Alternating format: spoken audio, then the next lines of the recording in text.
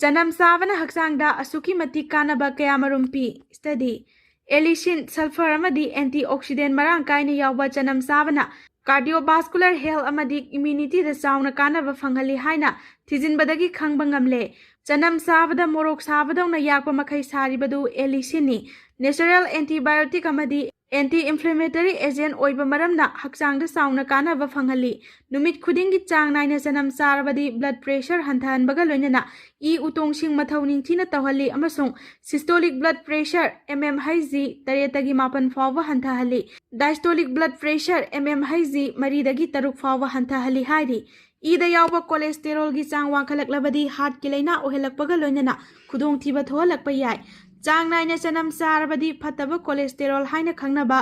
LDL hantarai amasung afaba cholesterol haina khangnaba HDL gi changna wangkhalai masina maram oiraga e utong phunjilakadabadagi ngakthokpa ngami chang naina chanam sabana piriba kanabasingi matangda report amana hai hakchangi immune system mapangal kankhat handuna tongan tongan balaina kyadagi ngakthokpa ngami aying asa onarakpada toina naganba lok laihau amadi flu na singba ngakthokpa ngami isam samna hairabada chanamna bacteria virus amadi fungi gi mayokta natural antibiotic oina mathau tawi atopa report amana hai numit khudingi chang naina chanam sabana thiril gi mapangan kan khathali chaba tumhanbaga loinana puknungsit kaba phahali hakchangi yamna maru oiba kayat ama oriba liver gi mathau ningthina tawba ngamhalli kanagumbana hakchangi arumba hantha haningba tarabadi numit khudingi chang naina chanam saba matamda yamna sauna kanaba fangbagi khudam thengnare chanamna piriba atai atopa kanabasingi matangda report asina hai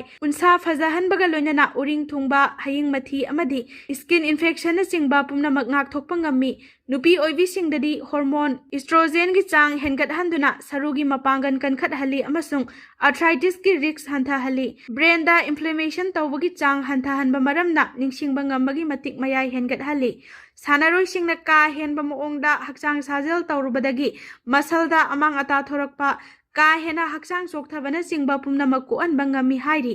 chanam manaw amada yawriba kanaraba masal singdi energy gram 4.45 protein gram 0.19 carbohydrate gram 1 vitamin C milligram 0.09 calcium million 5.4 iron milligram 0.05 magnesium milligram 0.75 potassium milligram 11 zinc milligram 0.03 fiber gram 0.06 amasung sodium milligram 0.51 ni hairi